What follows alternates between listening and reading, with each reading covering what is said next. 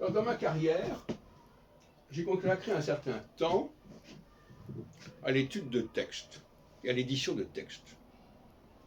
Je voudrais récapituler ces différents moments, pour ceux que ça intéresse. Il y a le Morin de Villefranche, les remarques astrologiques, en 75, Gérès. Il y a le livre des fondements astrologiques d'Abraham Ibn Ezra, en 77, également Gérès.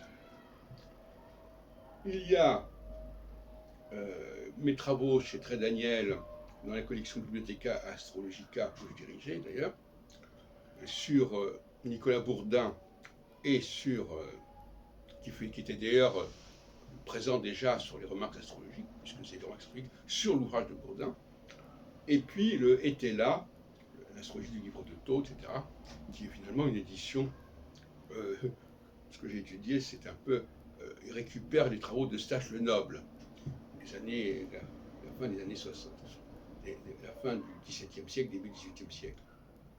Et puis il y a encore l'ouvrage d'Antoine Crespin, que j'ai publié en 2002 chez RAM4, dirigé par Robert Benasra, qui s'appelle Prophétie, la puissance divine et la nation française, avec un commentaire assez développé puisque je décortique complètement son travail. Et enfin, il y a mon post-doctorat, le dominicain Jean Giffray de Réchac et la naissance de la critique nostradamique, qui est en réalité un travail autour de son œuvre parue anonymement, qui s'appelle L'éclaircissement des véritables quatrains de Nostradamus, paru à Anvers en 1656, l'année d'ailleurs de la mort de Morin de Villefranche. Voilà. Donc c'est un ensemble de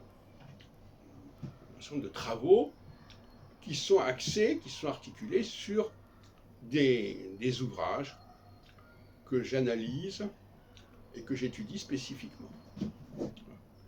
Donc je dis ça, vous retrouvez ça dans ma notice sur Wikipédia. Ce n'est pas l'essentiel de mon travail, peut-être, je ne sais pas, mais en tout cas, voilà toute une série d'ouvrages que j'ai mis en avant, en exergue, depuis 1975, c'est-à-dire depuis une quarantaine d'années.